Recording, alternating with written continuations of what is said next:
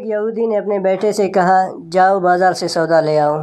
वो चला गया, लेकिन जब वो रास्ते से गुज़र रहा था तो उसकी नज़र मोहम्मद सल्लल्लाहु अलैहि वसल्लम पर पड़ी और आप सल्लल्लाहु अलैहि वसल्लम की नज़र भी इस लड़के पर पड़ी। आप सल्लम की नज़र का इतना असर हुआ, वो लड़का वहीं बैठ गया और काफ़ी देर तक बैठा रहा। वो यहूदी कभी अंदर जाता, कभी बाहर आता कि लड़का कहाँ रह गया, क्यों नहीं आया। सूरज गुरूब हो गया है और मगरिब होने लगी है।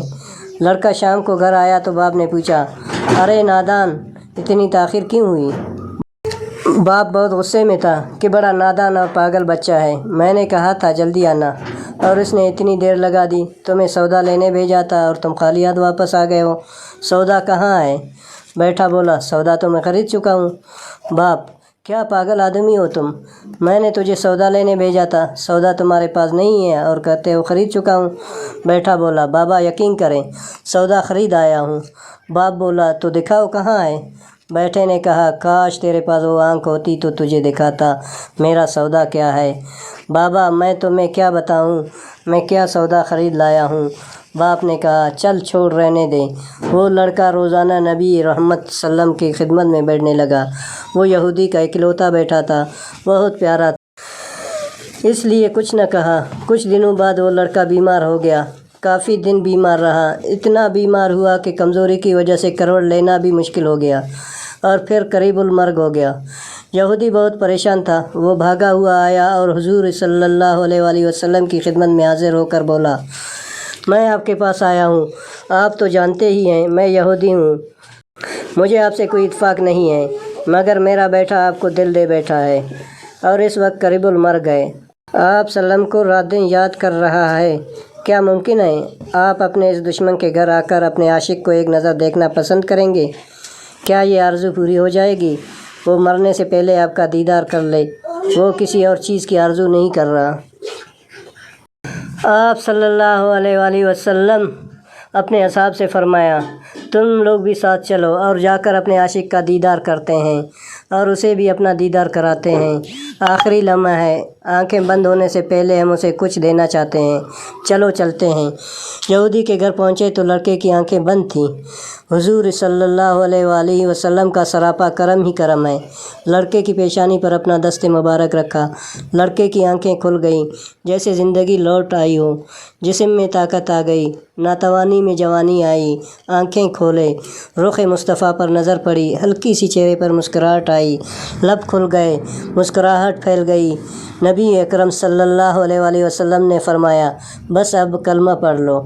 लड़का अपने बाप का मुंह तकने लगा तो वो यहूदी बोला, मेरा मुंह क्या तकता है, मोहम्मद इब्न अब्दुल्ला जो कहते हैं कर लो। लड़का बोला, या रसूल अल्लाह, मेरे पास तो कुछ भी नहीं।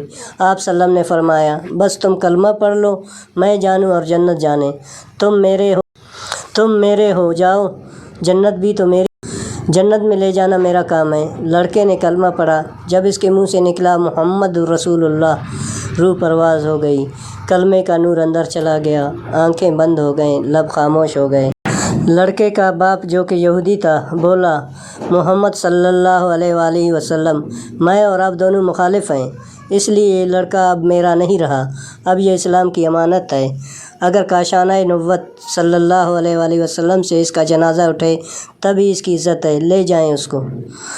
फिर आप सल्लम ने अपने असहाब से फरमाया, सब मिलकर उसे उठाओ, इसके जनाजे को कंधा दो।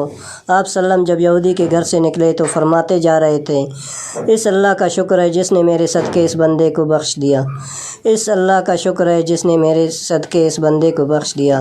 अल्लाह अकबर। कब्र तैयार हुई, कफन पहनाया गया। हुजूर सल्लम कब्र के अंदर तशरीफ़ ले गए। कब्र में खड़े हुए और काफ़ी देर खड़े रहे। फिर अपने हाथों से आशिक की मैयत को अंदर उतारा। आप सल्लम कब्र के अंदर पंजों के बल चल रहे थे, मुकम्मल पाँव मुबारक नहीं रख रहे थे।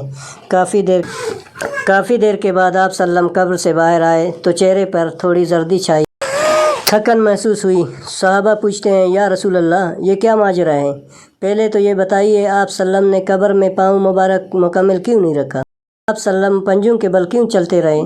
तो करीम आका ने फरमाया, कब्र के अंदर बेपनाह फरिश्ते आए हुए थे, इसलिए मुझे जहाँ जगह मिलती थी मैं पंजा ही रखता था, पाँव रखने की जगह नहीं थी। میں نہیں چاہتا تھا کسی فرشتے کے پاؤں پر میرا پاؤں آ جائے۔ پھر صحابہ نے پوچھا، آپ سلم قبر کے اندر کیوں گئے؟ ہم چلے جاتے۔